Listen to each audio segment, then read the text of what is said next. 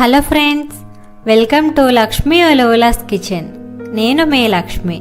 ఈరోజు వీడియోలో ఆనియన్ చట్నీ ఎలా చేసుకోవాలో చూపిస్తున్నానండి. ఇది చాలా బాగుంటుంది అండ్ ఈజీగా కూడా అయిపోతుంది. ఇడ్లీకి, దోశకి, చపాతీకి కూడా చాలా బాగుంటుంది. ఆనియన్ హెల్త్కి చాలా మంచిది. ఈ వేసవిలో బాగా చలువ చేస్తుంది కూడా. సో స్టార్ట్ చేద్దాం. ఇప్పుడు స్టవ్ ఆన్ చేసుకుని ప్యాన్ పెట్టి 1 టేబుల్ స్పూన్ ఆయిల్ వేసి వేడి చేసుకోవాలి. ఇందులో 1 ఇంచ్ అల్లాన్ని తరిగి వేసుకోవాలండి. చిన్న చిన్న ముక్కలుగా అవసరం లేదు, పెద్దగా వేసుకున్నా కూడా సరిపోతుంది. ఈ అల్లం ముక్కలు వేగిన తర్వాత 1 టేబుల్ స్పూన్ పచ్చిశనగపప్పు, 1 టేబుల్ స్పూన్ మినపప్పు, 1 టీ స్పూన్ జీలకర్ర వేసుకుని 1 నిమిషం పాటు వేయించుకోవాలి. ఈ పోపులన్నీ కూడా బాగా వేగిన తర్వాత కొద్దిగా కరివేపాకు కూడా వేసుకోవాలండి.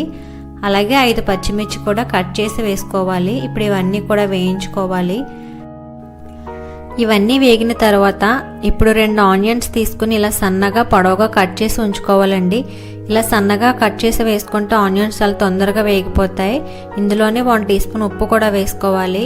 ఉప్పు వేసుకోవడం వల్ల తొందరగా వేగుతాయి అండ్ మన చట్నీకి కావాల్సినంత ఉప్పు కూడా ఇప్పుడే యాడ్ చేసేసుకొని మొత్తం అన్నీ కూడా ఈ విధంగా కలుపుకోవాలి.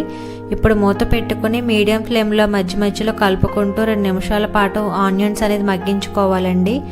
ఆనియన్స్ కొంచెం ఇలా మగ్గిన తర్వాత కొద్దిగా చింతపండు వేసుకోవాలి. చాలా తక్కువ వేసుకోవాలి. ఇక్కడ చూపిస్తున్నాను చూడండి, ఇంత వేసుకుంటే సరిపోతుంది. ఇది వేసిన తర్వాత 1 నిమిషం పాటు వేయించుకొని ఇప్పుడు స్టవ్ ఆఫ్ చేసేసుకోవాలండి.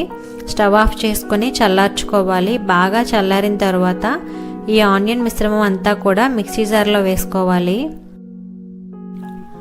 ఇప్పుడు దీన్ని కొద్దిగా వాటర్ వేసుకుంటూ ఈ విధంగా గ్రైండ్ చేసుకోవాలండి. మరి మెత్తగా కాకుండా కొంచెం బరకగానే గ్రైండ్ చేసుకుంటే బాగుంటుంది. ఇప్పుడు దీన్ని ఒక బౌల్లోకి తీసుకుని ఇడ్లీతో కానీ దోశతో కానీ సర్వ్ చేసుకుంటే చాలా బాగుంటుంది. ఈ చట్నీకి పోపు పెట్టుకోవాల్సిన అవసరం ఉండదండి. పోపు లేకపోయినా కూడా చాలా బాగుంటుంది. మీకు బాగా నచ్చింది కదా, మీరు కూడా ట్రై చేసి మీకు ఎలా వచ్చిందో నాకు కామెంట్లో చెప్పండి.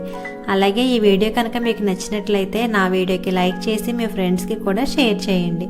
ఫస్ట్ టైం నా ఛానల్ చూస్తున్న వారు తప్పకుండా సబ్స్క్రైబ్ చేసి పక్కనే బెల్ ఐకాన్ని యాక్టివేట్ చేయండి. Thank you for watching.